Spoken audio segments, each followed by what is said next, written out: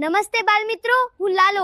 આજે આપણે શૈલેષભાઈની શાકભાજીની દુકાને વિવિધ શાકભાજીના સ્વાદને ઓળખવા આવ્યા છીએ. આવાવ લાલા, કેમ છો વિદ્યાર્થીઓ? અમે તો તૈયાર છીએ. જો કોઈ તમને આંબળા કે કાકડીનો સ્વાદ સમજાવવા કહે તો શું તમે સરળતાથી સમજાવી શકો ખરા? થોડું મુશ્કેલ લાગે છે. ચાલો પહેલા ટામેટાનો સ્વાદ કોણ સમજાવશે? લાલા, આ ટામેટું થોડું ખાટું અને થોડું મીઠું લાગે છે. શાબાશ, મિશ્ર સ્વાદ. હવે ડુંગળીનો સ્વાદ સમજાવો. આ તો તીખું છે અને આંખમાં પાણી પણ આવે છે. હા, ડુંગળી સ્વાદે મીઠી અને તીખી હોય અને આંખમાં પાણી લાવે છે. વાહ, આ તો મીઠું અને સુગંધિત છે. સાચું, આ માઉથ ફ્રેશનર છે. વરિયાળીનો મુખવાસ તરીકે ઉપયોગ થાય છે. આ બહુ તીખું જોરદાર સ્વાદ છે. લસણ તીવ્ર સુગંધ અને તીખાશ સાથે તીવ્ર સ્વાદ ધરાવે છે.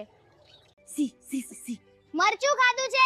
બાળ મિત્રો, તેને શું ખાધું હશે? તમે ધારણા કરીને જવાબ આપો. મને લાગે મરચું ખાધું છે. મને લાગે આમલું ખાધું. મરચું ખાધું છે. મને લાગે છે મરચું મરચું ખાધું. હવે તમે અવાજ અને હાવભાવથી બતાવો કે શું ખાધું છે. ખાટું. સરસ. હવે તમે અવાજ અને હાવભાવથી બતાવો કે શું ખાધું છે. ખાટું, મીઠું. ખાટું તેને લીંબુ ખાધું. મીઠું તેને સફરજન ખાધું. બધા સાચું અનુમાન કર્યું. ખૂબ સરસ. શું આપણે બધા સ્વાદ શબ્દોમાં સમજાવી શકીએ? ના લાલા, ક્યારેક હાવભાવ અને અવાજ પણ જરૂરી હોય છે.